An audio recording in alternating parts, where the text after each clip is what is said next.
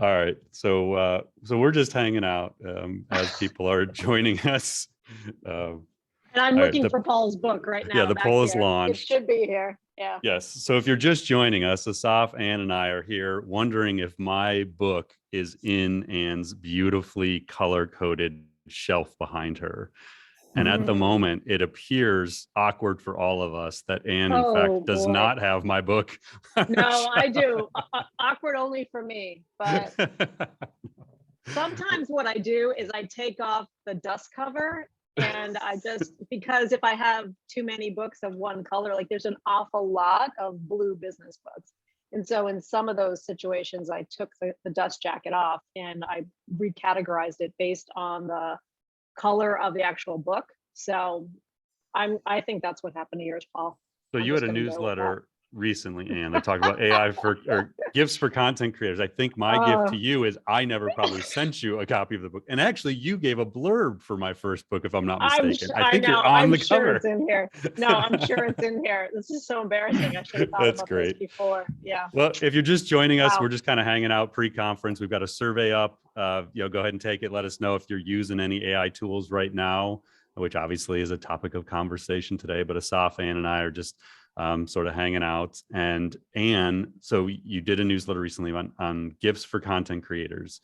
You are a content creator. What gift are you hoping for this holiday season? Oh my goodness. So my very favorite gift that I've gotten every year, and I hope I get this year too, is 12 months of books. So 12 books handpicked just for me, and to everybody here today. It's a fantastic gift to give to somebody you love, people who are readers, ideally, because it signals a few things. It's like investing in yourself, and it's also it's an opportunity, I think, to give them books that you believe that they'll enjoy, that maybe you've enjoyed. So it's a very personal gift, and it's a gift that gives all year. So you think about that person all year long. So that's always my number one gift.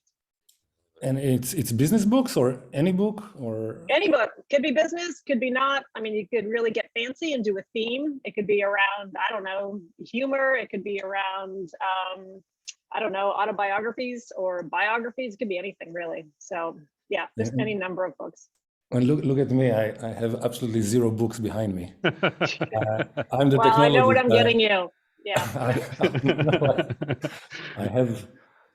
I have a machine reading books for me. Gonna get the machine to the robot. I actually got my wife. Oh, my wife is definitely not watching webinars that I do, so I can say this on this webinar. I don't think she's ever cared about a webinar I've done. I think I got her like 4 or 5 books because I asked her how many books she'd read this year. I know Kathy, who's kind of moderating with us today, watching the chat, reads a lot as well. But I think my wife said she'd read like 130 books this year. Something crazy like that. So really? Yeah, it's kind of wild, actually. Man, I'm glad I'm not her friends on Goodreads. I would just be embarrassed. I was like, I'm proud of myself because I'm up in the 30s somewhere. It's like, it's solid. I think that's pretty good, but wow, 130, is that what you said? 130, I think she said. It might have been 150. It was in the mid hundreds. Yeah. Wow. Kathy said she's only at 40 this year. You got to pick it up, Kathy. It's weak. So if you're just joining us, we're going to get started in about a minute here. Just everybody's kind of coming in. We're hanging out a little before the webinar. We've got the poll question up. Are you using any AI tools to create or personalize your content? Ann and Assaf, this would be fun. Let's take a guess. What do you think the percentage is going to be of our attendees? So we have over 400 people registered. The percentage of attendees who are going to say, yes, they're using AI tool. Now, you guys might be able to see this. Can you see the survey? No, I can't. Okay. No. All right.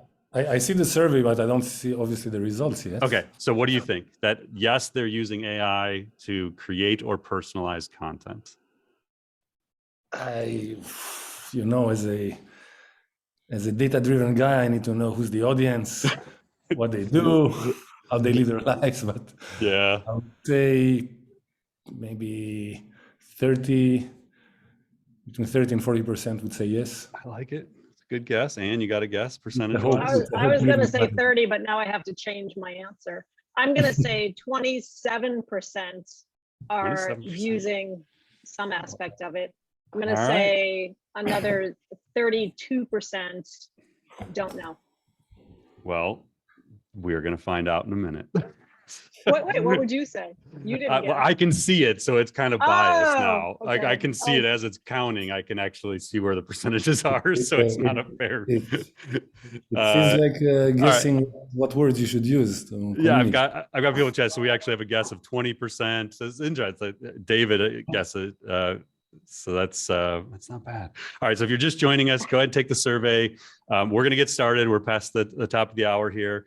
We have an action-packed agenda. We have lots of questions and topics to get to with Assaf and Ann.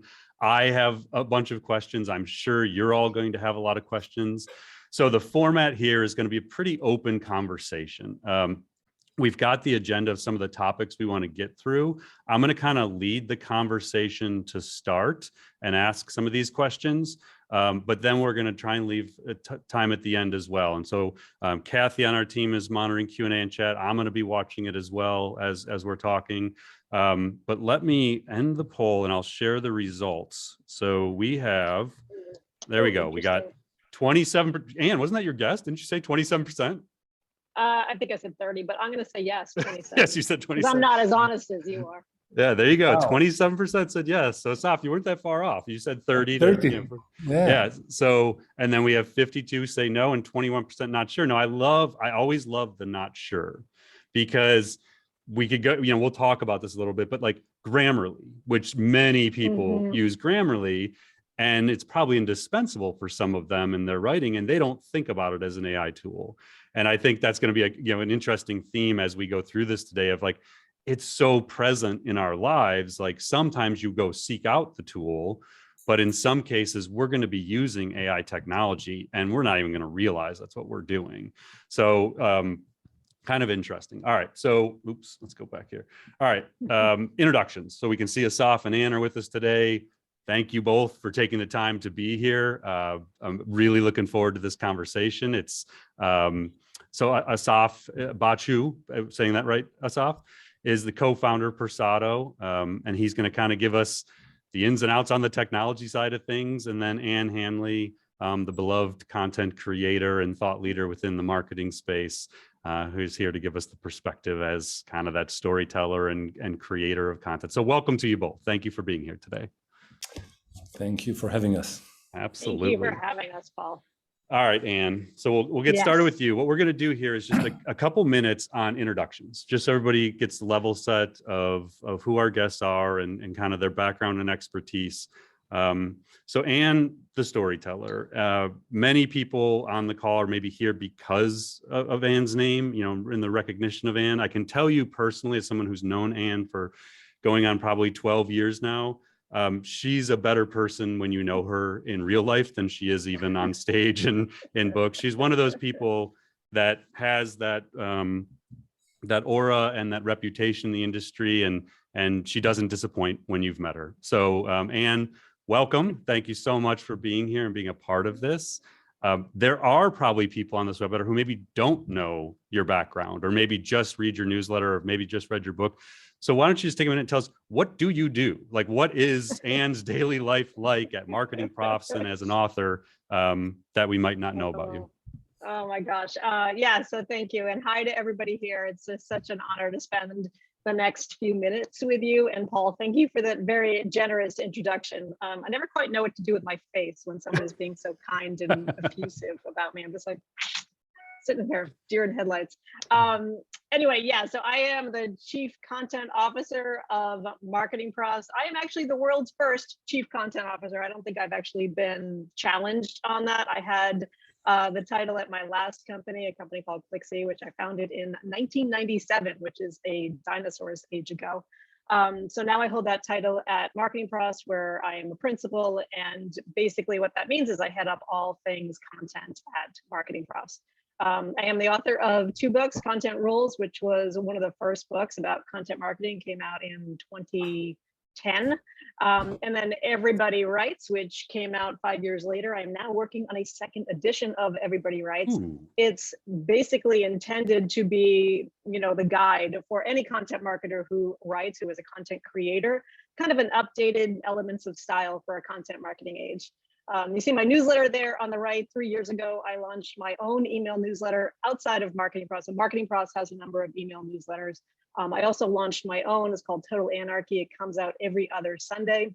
And I did that because, the further along you get in your career, the less you literally touch things, like the less that you actually are creating things with your own hands and that you are solely responsible for it, which is what I did at ClickZ and at MarketingProfs at the very beginning. And so I really wanted to be close to the work again for a couple of different reasons, partly for the psychic satisfaction of it, but also to really learn what works and what doesn't work in content marketing in a modern age. And so, yeah, that's basically what I do now. My time is sort of split between all of these three things. So 2 notes. One, the Total Anarchy, I always know when it's come out, one, because I get it. But if I haven't had a chance to read it, at least one person on our team has usually posted something from it Monday morning in Slack. So there's always nice. Something. I see That's Elizabeth awesome. already on our team. A second edition, you say? Question mark. Yeah. My second note is, Assaf, I think our goal by the end of this needs to be that Anne has a chapter about AI in the second edition. Like we're going to bring her to the machine side, Assaf. The real question is who will write that chapter? Yes, Anne there or you the go. machine? I love it. That's Okay. interesting. Here's That's a really challenge. interesting. All right, so Assaf, so Anne, obviously the long form storyteller. And I think one of the key things we want to talk about in your background in Persado is it's really more, in a lot of cases, what Persado is doing is the short form, the creation of content and the assistance of that creation. So tell us a little bit about your background with Persado and AI and a little bit about Persado. I know we're going to cover a lot about Persado and the tech as we're going today, but just give us kind of a level set of what the tech is and what it does. Sounds good. So I'm Assaf. First of all, I'm co-founder of Persado. I run product engineering operations. My background is in the technology side. So I'm the technologist on this call. I should have brought a turtleneck The turtleneck to show myself as such. My background is in speech technology. So I worked in companies that developed speech understanding and speech IVRs and other speech capabilities, even things that today are within Siri. And I decided at some point to leave the speech side of things and move to written communications. Obviously, a lot of content is produced, writing and words are extremely important. We won't quote now a bunch of writers about the importance of words. So decided that I wanted to go into that, met my partner, Alex, is a mathematician, and he had an idea that relates to somehow mathematically choosing the best words to communicate with. And this is when we founded Persado. It was end of 2012. And since then, we've grown a lot. And we developed an AI platform that for the choice of words in the enterprise. Enterprise brands communicate heavily with customers. And we'll talk about it, I think, during this webinar. What does it mean? And we decided to apply science and data to that generation process. So we have a platform that is able to generate language that performs systematically better than what a human could do on their own, okay? There is always a human involved, and we'll talk about that as well. And when we say systematically better, it's in 96% of the time what we generate performs better, and the amount of better is 41% more actions, more desired outcomes for the enterprise. Now you see here a wheel of emotions, and you see other concepts here. We worked over the last 8 years to understand how companies, brands, enterprises communicate, and we decided to classify what's in a message to different language concepts. So emotions, for example, are very important. In that context, we used academic research on emotions. There are hundreds, actually. It comes from social psychology. I also have a master in that. And we pruned them down to 15 that apply to enterprise. So as an example, disgust is a strong emotion that does not apply because most of us don't want to disgust customers. So we don't use it. But others we do, and we classified language to these emotions, as well as other concepts here. And our system is able to understand, and we'll talk about that as well, what you're trying to convey, and then generate language that will perform in the best way possible for that offer, proposition, customer service interaction that you're trying to get an action from. So this is Persado. I don't know if we have another slide I'm supposed to talk to. I forget now. I think this shows the literal example of kind of what you're explaining. The literal example. So the literal example is any communication can be obviously written in many ways, actually millions of ways. The question is, what is the best way at a given point in time for a given audience or segment or even person to combine words, phrases, concepts together and make them appealing for them and important for the company who is delivering that communication. And in this example, you see the before and after, something that was done without the science and then with the science. And the impact is substantial. In this case, there is a lift here, but we'll talk about the value of all that across organizations also later, and it's quite massive. So that's what Persado is about, the scientific data-driven choice of words that can drive your business. And then this quote is such a great jumping off point that I know your team pulled for us, but this will kind of lead into our conversation. But this idea that machine learning is a path for more humanity in marketing. And I know if anybody, people are registered, again, we had more than 400 people registered for today. We talked a lot in the landing page about the idea of empathy and the human side. And where Assaf's coming from with this scientific approach and a mathematical approach to language, and where Anne's coming from, where I don't know, like, and I'm a storyteller by trade too. I came out of journalism school. I never thought about math and storytelling. Like, it wasn't something we came up in the industry doing. But let me stop sharing my screen. We'll just kind of go to the video here. But I think that that's a really interesting angle for us to talk about today. That where we're going with writing is this blend. It is this human and machine, and some of us may be dragged into it kicking and screaming that no, it's an art form. Like, I'm an artist of words. And then others will look at it and say, but mathematically we can predict what'll work better. So I think it's a good place to start. And with, like, you'd mentioned the newsletter, that I think you have tens of thousands of subscribers for that newsletter, if I'm not mistaken. I think I've seen a stat on that. So talk to us about your writing process. You've written the books, you Chief Content Officer. What is a writing process like to you? And then I want to talk to Assaf about how AI is changing that writing process. So talk to us about your newsletter in particular. What is a writing process to you, putting the newsletter together? Yeah, sure. Yeah, first of all, before I talk about that, though, I just wanted to say one thing, which is that, sometimes I think that when we get into this conversation about AI and writing, there is this kind of narrative that, the robots are coming for our jobs, for example. I hear that a lot from some marketers who are slightly, maybe not scared, but a little bit like uneasy with that idea. And I actually think that it's the opposite. I actually think the robots work for us, right? In other words, I think they can help us become stronger creators, and in some cases can take on some of the tasks that, we don't necessarily need to be as involved in, like some of the things that Assaf was just mentioning. And so I'm excited just to talk about that flipping that narrative a little bit, because I think it's a cliche to say that robots are going to take our jobs. I don't think that's the case at all. But you asked about process. So my process is essentially, to me, it starts with a mindset. And this definitely applies to my newsletter, but it applies to any piece of content that I'm creating, whether it's a webinar like this one, a conversation like this one, or whether it's a post on Twitter. Because to me, it's the mindset that I start with is maybe sounds a little quaint in 2021 as we're heading into 2022, but I do believe that publishing is a privilege. And I have felt this way for decades. I think it's a privilege to have an audience. It's a privilege to be able to communicate with an audience.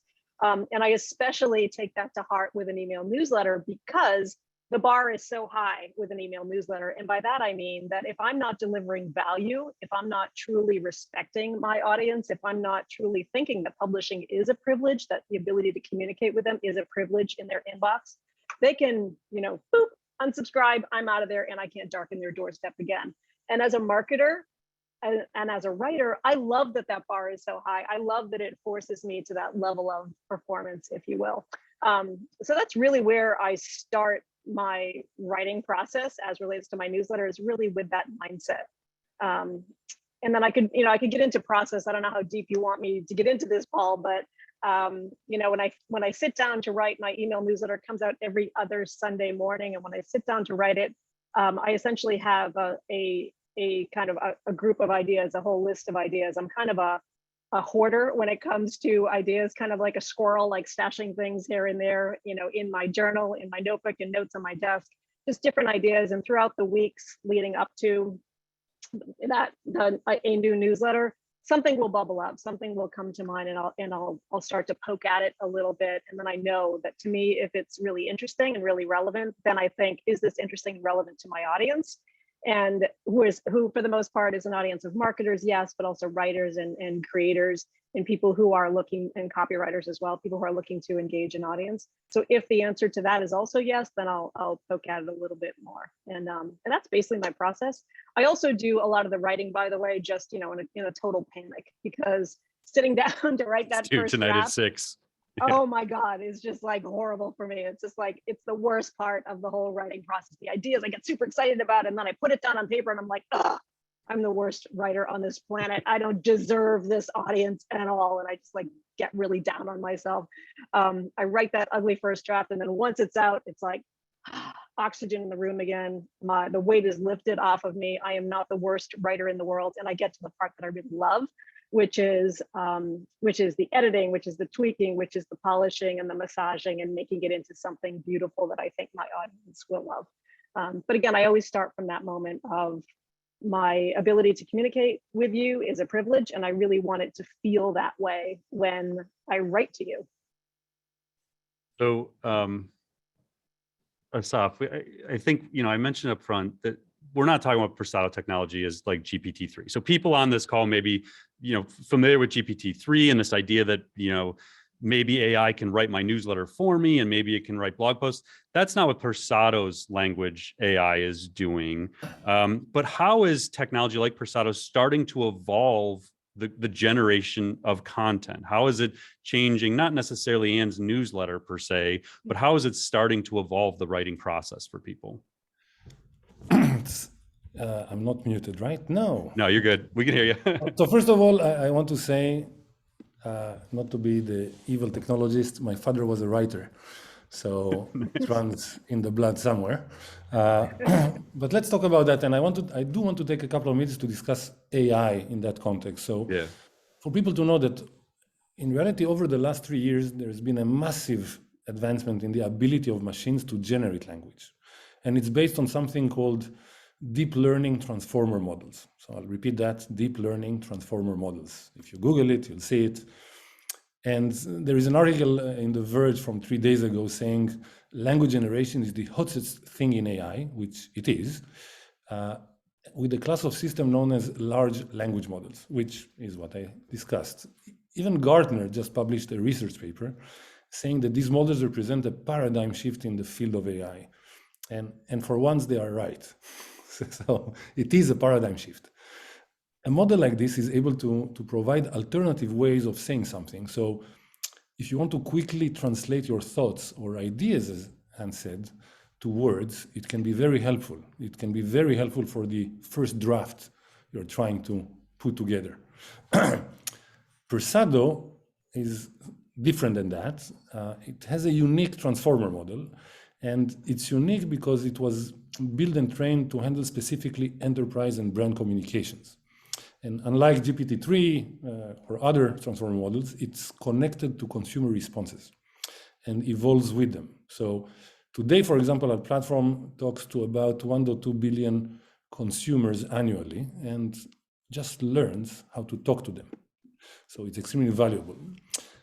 I mentioned below that we classify language to key concepts such as emotions, and not just positive, negative, there are 15 of them, something we call narratives, or the stories you tell to motivate customers, and different way to describe products and services. So we have about 600 of these tags. The combination of the talking to customers and tagging language allows you to understand, or our platform to understand the ideas you're trying to convey, and then generate a language that includes the right emotions, the right stories, the structure to drive the best outcome. So if I go back to answer the question, which is how do we evolve the writing process? Our platform makes sure that the way you convey your ideas is data-driven, it's accountable, and it's compelling. This is what we accomplish with our flavor of language generation and decisioning.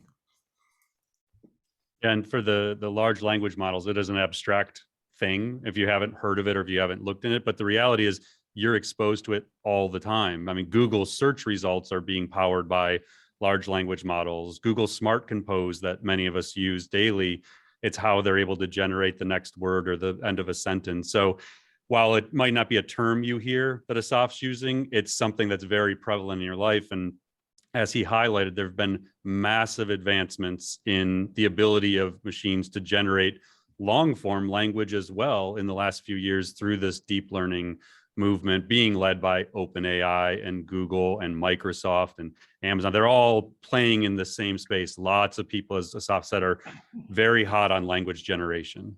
And there is a spectrum, as you mentioned. There is the helping you to complete the sentence, complete your thoughts, which is, let's say, one end of the spectrum would be Grammarly.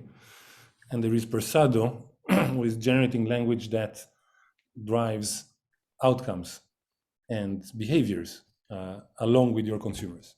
So it's a continuum, and there are different ways to drive that writing process for different purposes.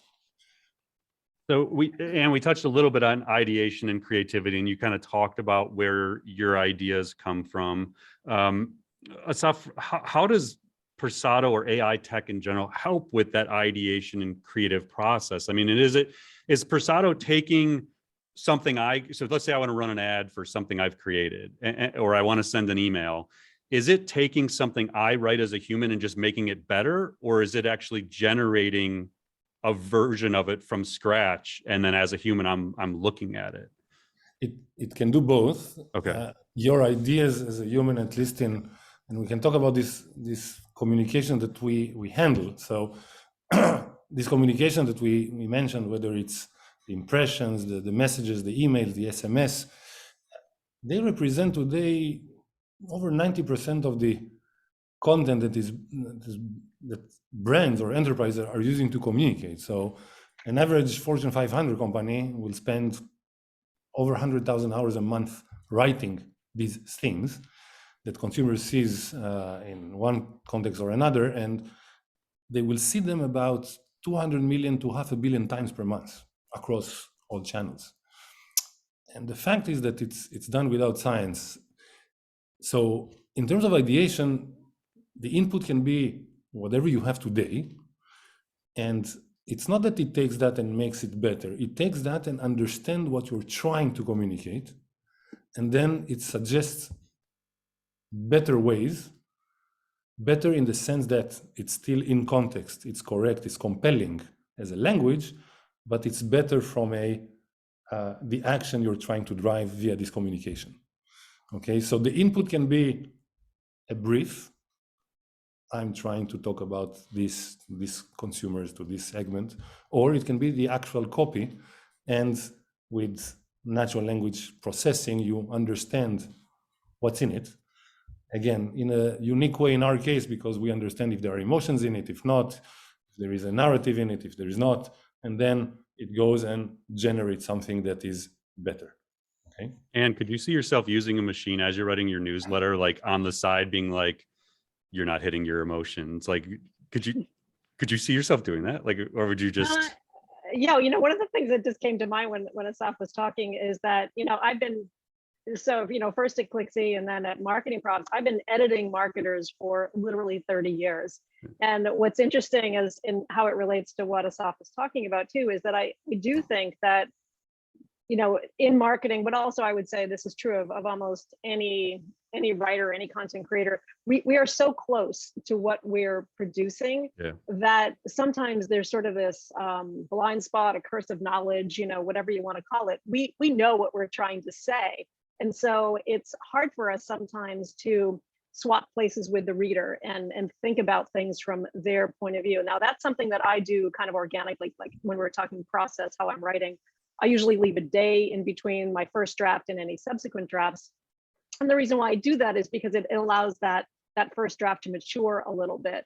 And then when I go back to it, what I'm doing is essentially swapping places with my reader, right? Really thinking about what I just wrote from their point of view. And what's interesting about what Assaf just said is that I think that,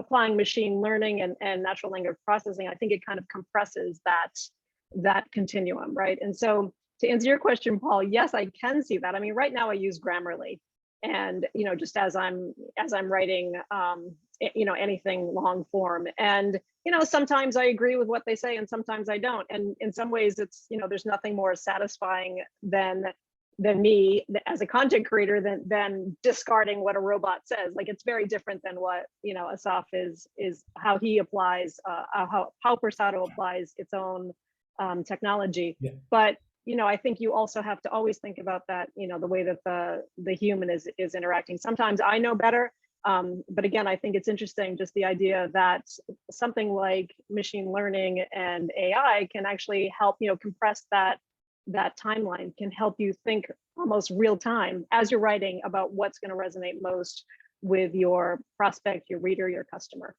And I'll tell you about compressing time, but the fact is that the best you can do without AI, or maybe AI from Persado, is when you want to create a message that resonates, you essentially create message A and message B. Mm-hmm. And sometimes you can do that faster with a Grammarly or some other system, but you still have a message A and message B, you put them in market, one is better. The issue is that the next day, you essentially start from zero because there was no learning.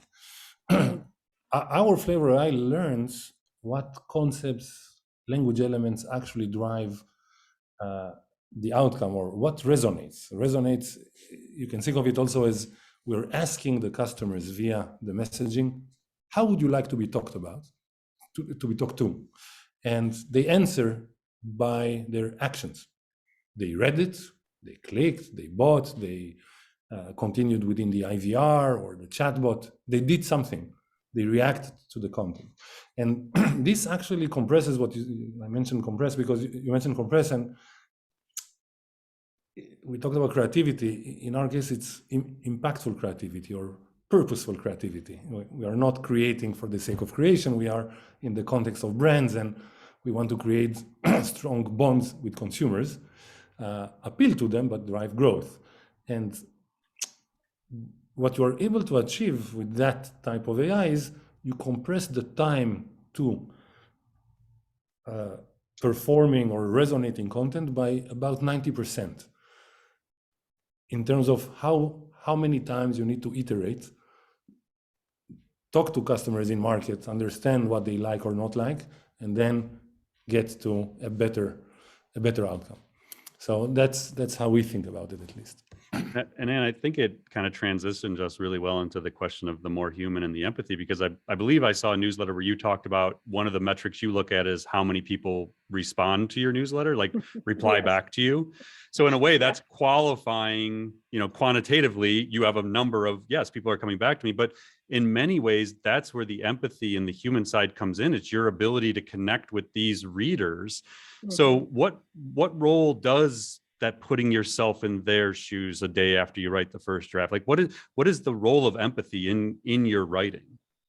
Yeah, so yeah, that is a metric that I literally look at. I made that metric up, by the way. It's like, I feel like if there's any email marketers on this webinar today, they're like, what does that mean? What is that metric? The metric that I made up is the write back rate, which how many the write back rate.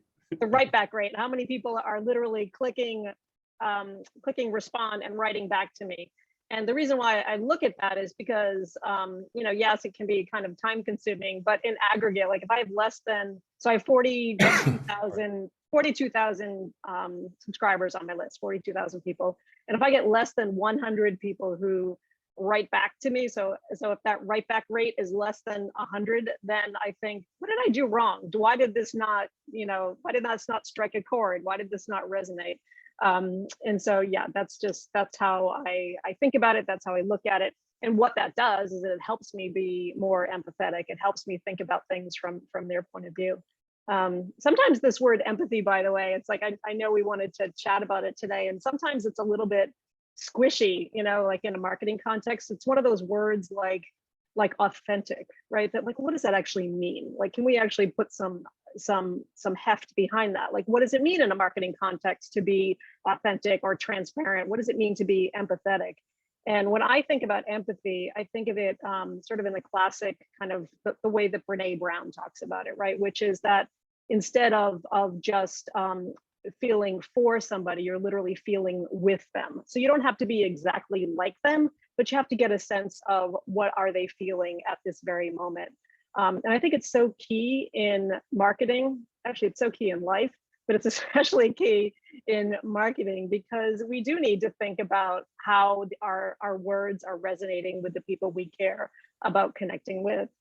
So that's the role of empathy. That's why I focus so much on serving that audience, throughout everything we do, because I want to signal, like, I get you, like, you belong here. You are one of me.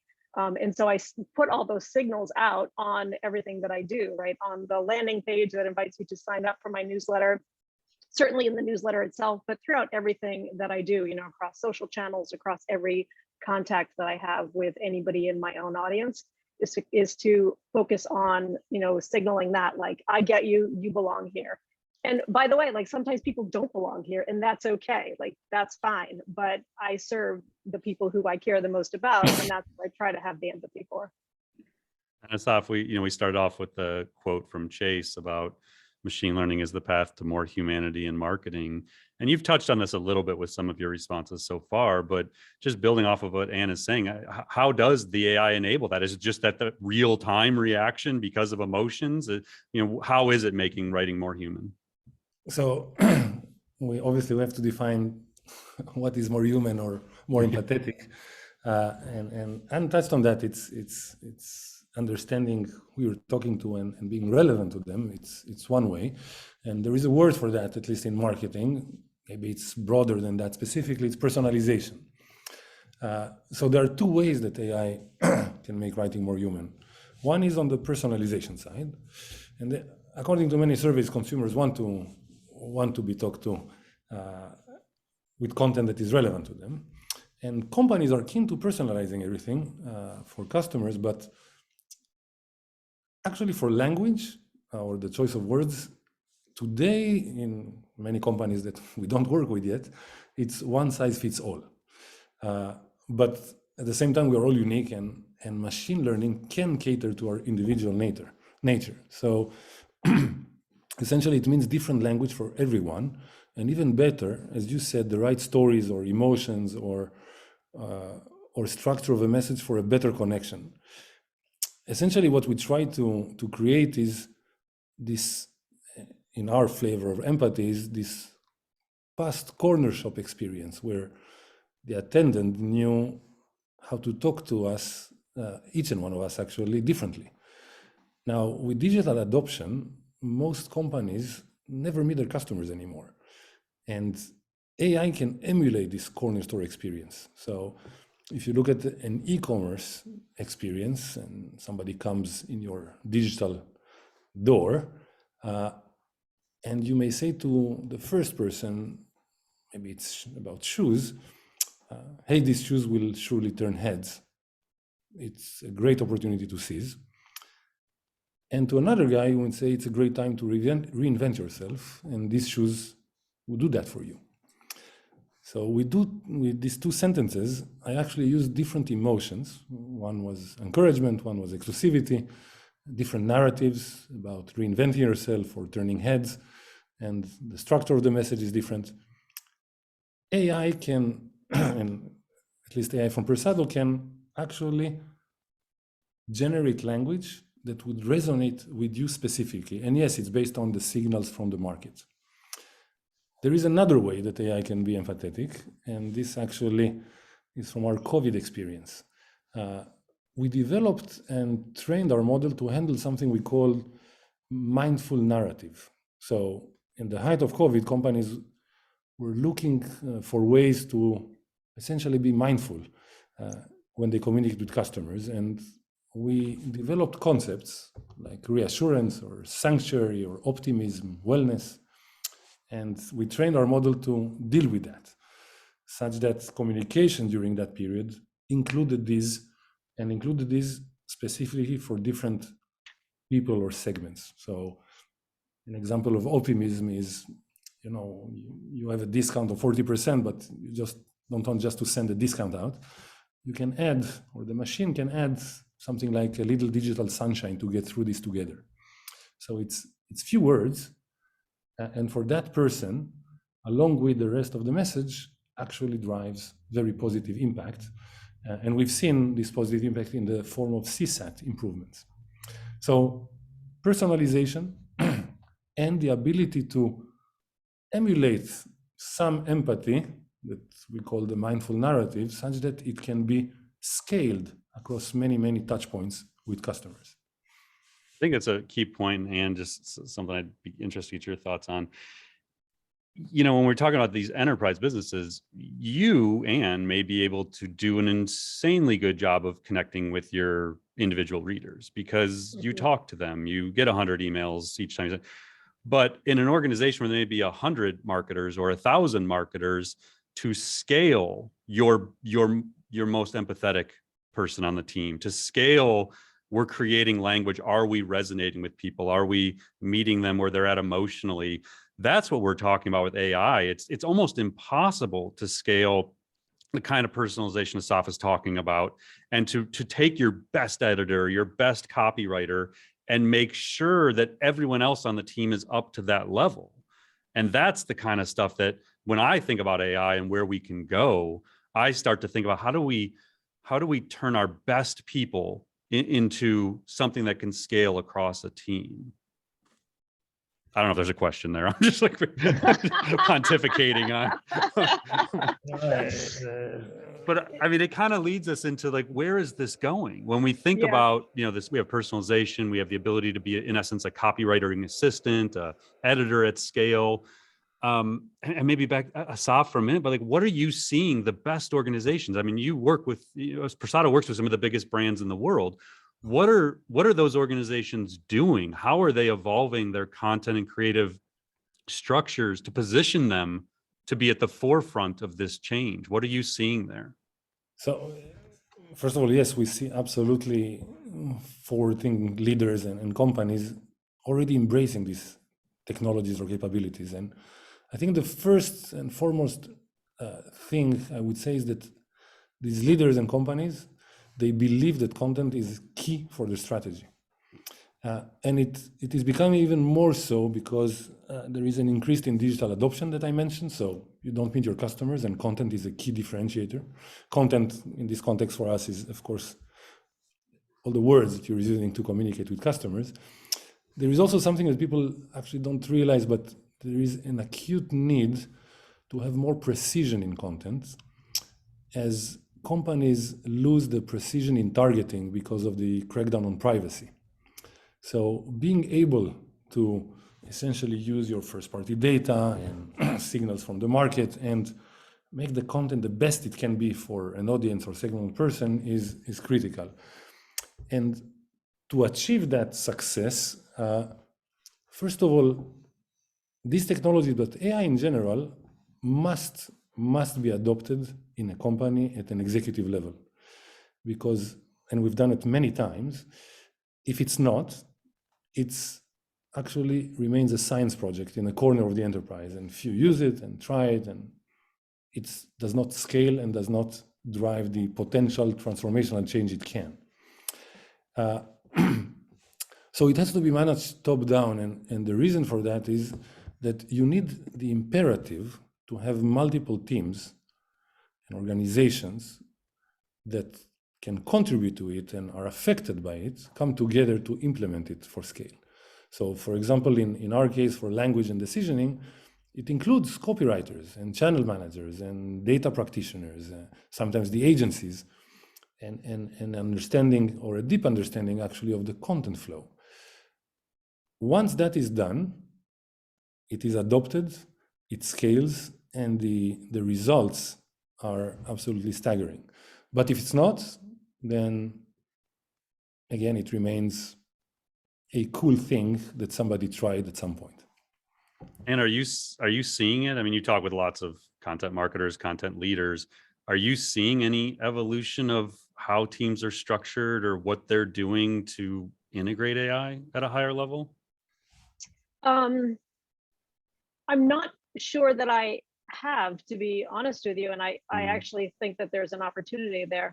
As Assaf was talking, I was thinking about, so, you know, every year MarketingProfs and the Content Marketing Institute, we jointly produce a study on content marketers in which we're looking for trends and in stats and you know, both forward looking as well as taking a look at what happened in the year that was. So our most recent study for 2022 essentially just came out a couple of weeks ago. And one of the things that, you know, struck me in there, and it should be no surprise to anybody who's working in content marketing now, is just the pressure on content marketing now to perform, just as Assaf was saying. The stat that we uncovered was that 66% of B2B content marketers expect a bigger budget heading into 2022. And why is that? It's because content has never been more relevant, never been important in a post-pandemic world, right? We're seeing just content's role within the organization elevated, which is gratifying to me as a content marketer and as a marketer. But the other two things that came out of this were also interesting to me. So one of the stats or one of the metrics that we look at, or one of the measures that we take, is what are the most successful content marketers doing and what are the least successful content marketers not doing. So we found that the most successful content marketers do two things in particular. One is that they value creativity and craft. So they pay attention to the messages that are going out. They don't just, you know, flood inboxes with any old thing, right? They pay attention to the content that they're creating, not only in email, but just throughout every touch point that they have with their audience, with consumers, or with their prospects or customers. So they value creativity and craft, number one. And number two, they think it through the whole customer journey or the whole customer relationship, and at every touch point, make sure that those messages that they connect to one another, that they're relevant, they're communicating in the same language. So essentially that they're scaling the way that they communicate. So we found that that's what the most successful content marketers do. The least successful content marketers, so in other words, those who aren't having such great results with the content that they're creating, don't do those things as much. But then we also found that only 15%, this goes to your question, Paul, only 15% of B2B marketers are actually thinking about how they can implement AI at a higher level. And so to me, that's interesting, because I suspect that when we do this survey next year, when we do the 2023 version of this survey, we'll probably see that, you know, in order to perform at that high level, right, to do all those things, to value creativity and craft, to actually think about, you know, connecting all those messages across the customer touch points, every single one that an enterprise has, you really need to think about what are the tools, what's underpinning all of that. And so I do think, I don't see it as much, but I do think that there's an opportunity there.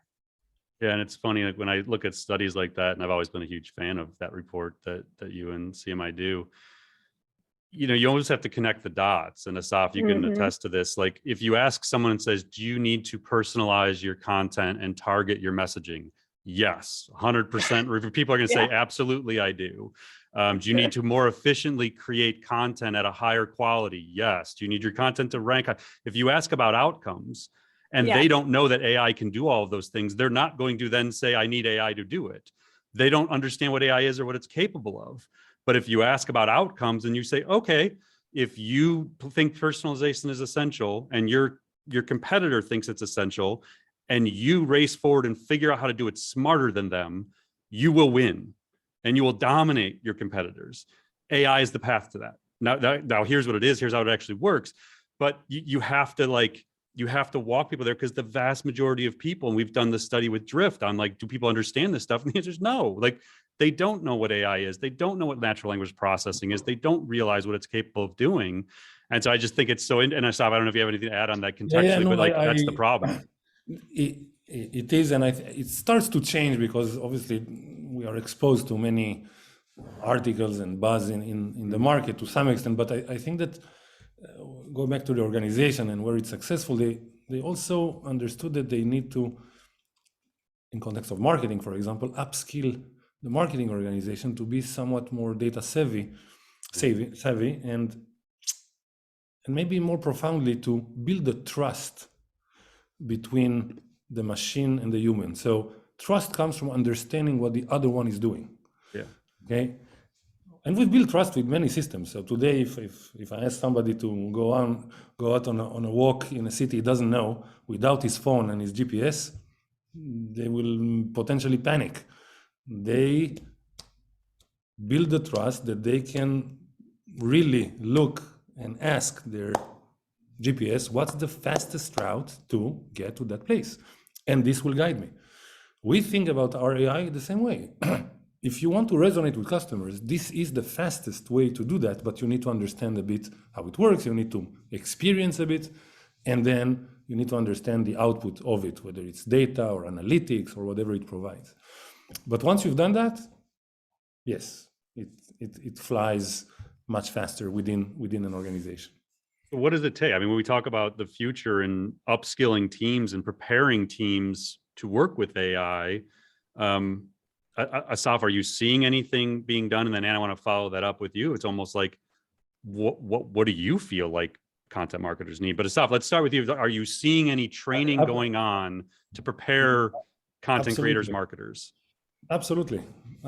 We see companies that train their current teams in understanding data, analytics, a bit of the fundamentals of machine learning, so they understand what they get out of it. And we see them also hiring a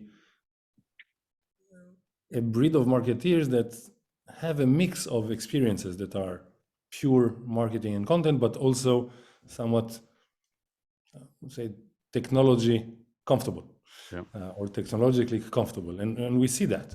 I want to go back to what Anne said. I've never seen somebody get fired because of AI yet, at least not in like lose their job because the AI lose took their job from them. or anything like that.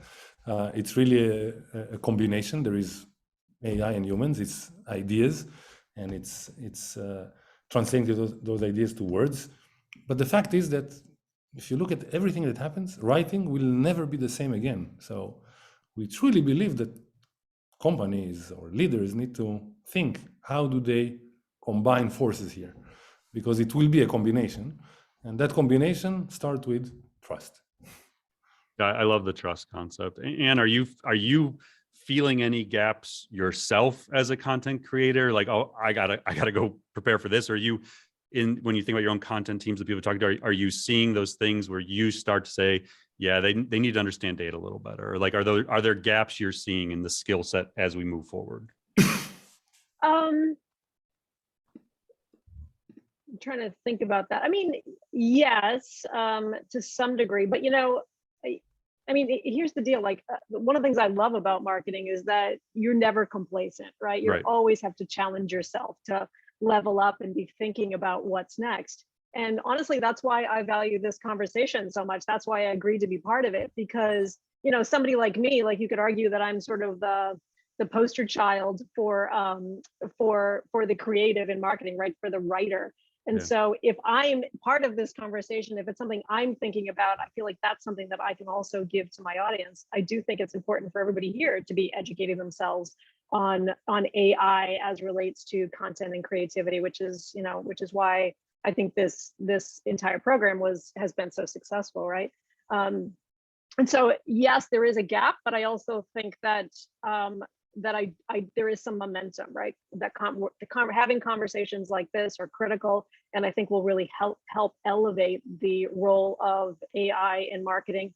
And also, like, yes, to build trust, but before we can build trust, I almost think we need to we need to what's the word, like just not make it so scary. What's the word for de-scary? Approachable. Make it approachable. Make it. God, Yeah. I wish I had an AI tool that could help me find a word for that. If only.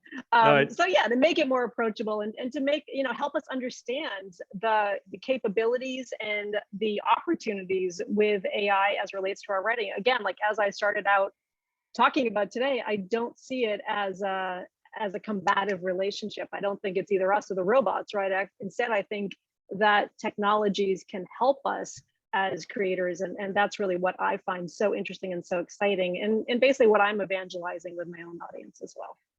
Yeah, I love the idea of just curiosity. Just that's what we always tell people, just be curious, like explore it. Go try a tool, like just see it for yourself, or realize when you're conducting a search or you're finishing a Gmail sentence that you're using it already. It doesn't have to be scary. As Shopify and Netflix and like LinkedIn, like all these places where you're using AI and you don't think about it as AI, it doesn't have to be scary. Like it's just a complementary tool in many cases. Right. So I want to wrap with a question about the AI first thing, but I have a question here, Assaf, I wanted to make sure I got to, about Persado and AI tech dealing with words and images delivered in video. Does Persado play in the video space with its technology? So we've done that. Example, YouTube videos, for example, to get people to go past the 6 seconds mark of watching it as a metric, as an example. I wouldn't say it's our bread and butter, and the issue there is just the execution requires implementation of words on videos, but from our ability to generate language that will resonate or will drive viewers to view and interact with the video, yes, we have done that. And then there was one other one. Again, there was some questions were coming in through the chat and the Q&A. I just want to make sure we touch on a few of these. I've seen one, yes. There's one about content, and my content is very data heavy. How can Persado recognize data and insights and weave that into narratives? If that question makes sense to you, Assaf. So trying to pull, they got a ton of data coming in. So outside of just using how Persado is trained on emotions and being able to assess content and make it better, is it also pulling in other data from people's CRM systems or analytics system to inform what it does, or is it living on its own data set basically to do what it's doing? It interacts actually in the world of infrastructure, like many companies put in CDPs, so client data platforms, and there's a bunch of data that has to do with the context and segmentation of customers. Yes, we take that into account. Okay, cool. And you can think of us as a CRM for language. I saw a question about, well, what if everybody uses that? Yeah, well, I saw that, yeah. It's very important to know that me saying something and Steve Jobs saying something will not resonate the same way. Each company has its own voice in market, okay? So we actually have never generated the same message for two different companies. The fact is that for your proposition, your offers, your products, your services, your customer service, there is a match, and we call it the language market fit that we allow you to get to. So there is a concept of product market fit, and you use a ton of technology to match this product to Paul, and this product to Anne, and this product to Assaf. Amazon is the epitome of that. Persado is here to make you have the language market fit. How do I connect you with the language that resonates with you? And this is in relation to your brand and the customers you talk to. It's specific to you, okay? So it's something to keep in mind. And as a concept, it's an interesting concept, the language market fit, which is very important. I like that idea, the language market fit. That's cool. All right, so we're coming up on time here. I want to give you each kind of a chance of final thoughts of, steps people can take moving forward. And we've kind of touched on this a little bit, and Anne, you've kind of given some thoughts on it, but start with Anne. Just, you hang up from this, let's say they're just someone who loves your newsletter, loves your books, and they're in that 85% who don't think AI is essential next year from your report. What steps are they taking after this? Like, what would you recommend to those people who are just trying to really figure this out and where they're going to go? Yeah, I mean, I think the first thing is just what we're doing here, just educating yourself about the capabilities of AI, number one. Number two, recognize that it's already here. It's already in our lives. And Paul, you mentioned this a second ago. I mean, certainly a tool like Grammarly a lot of marketers don't even realize or recognize that it's AI, but absolutely something like that. There's all kinds of tools that we can use as we're in content creation that is actually AI, maybe not branded as such, but absolutely is. All kinds of just opportunities, I think, to really think about, to sort of step back and say, wait a second, I'm already using this. Number 3 is just to start to evangelize it internally.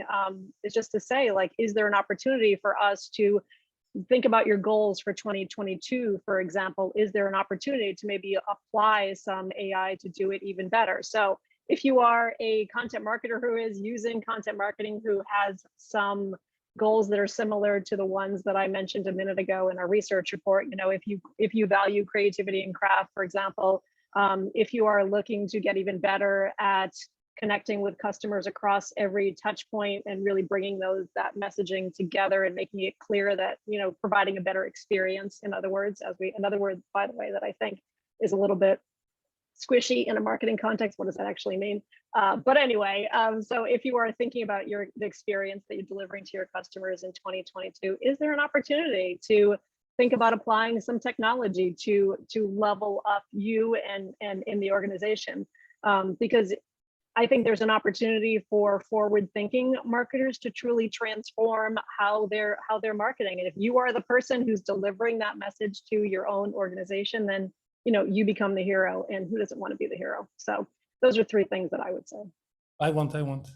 Oh, I was gonna ask you about the enterprise audience, but go, Assaf. You're ready. No, I want to be a hero. That's no, I was gonna ask you, Assaf. I'll be concise here. I'll summarize everything I said in a sentence. All right. Human ideas, algorithmic choice of words, superhuman impact. Okay, that's the Persado side. But actually, I'll be creative. Give me that one more time. Give me that one more time. Human words. Human ideas. Algorithmic choice of words. Okay. Superhuman impact. Okay. I like that. Okay. And then, actually, there is a quote I like very much from a guy named Ludwig Wittgenstein, who was a philosopher of language and other areas. And he said, the limits of our language are the limits of my world. Okay. It's very important to know that. You're making me think at the end here, man. This is good stuff. All right. So the limits of my language are the limits of my world. And my message is AI unlimits your language. And through that, it opens a world of opportunities. That's how you should think about that. I like it. We often say, we push people to challenge themselves to learn it because it unlocks human potential. It doesn't replace you. It's opening up new creative possibilities for people. And I think that those ideas that both of you just share are really a nice way to kind of wrap this up. And I know, coming into this again, like you said, you're not the AI expert. It's not that you're racing forward, testing every AI tool that pops on the market.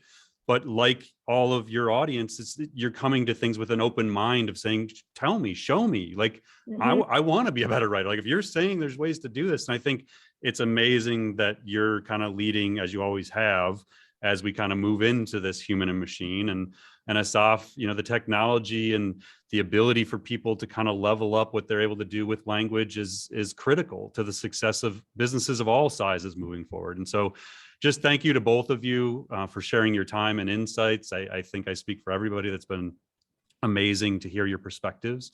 So any final words for our attendees today, anybody? Happy holidays.